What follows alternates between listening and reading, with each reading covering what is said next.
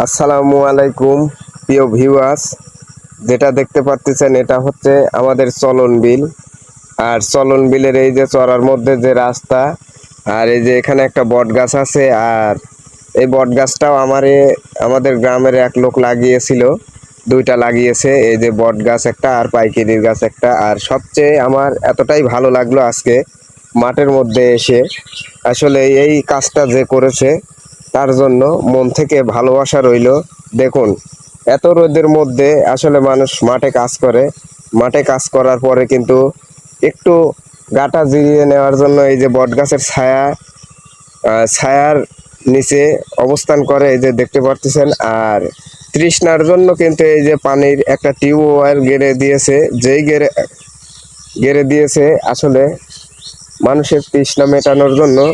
তার জন্য মন থেকে অফুরন্ত ভালোবাসা রইল এবং দোয়া রইল আল্লাহ তাআলা যেন তাকে এরকম ধরনের কাজ করার আরো বেশি বেশি তৌফিক দান করেন।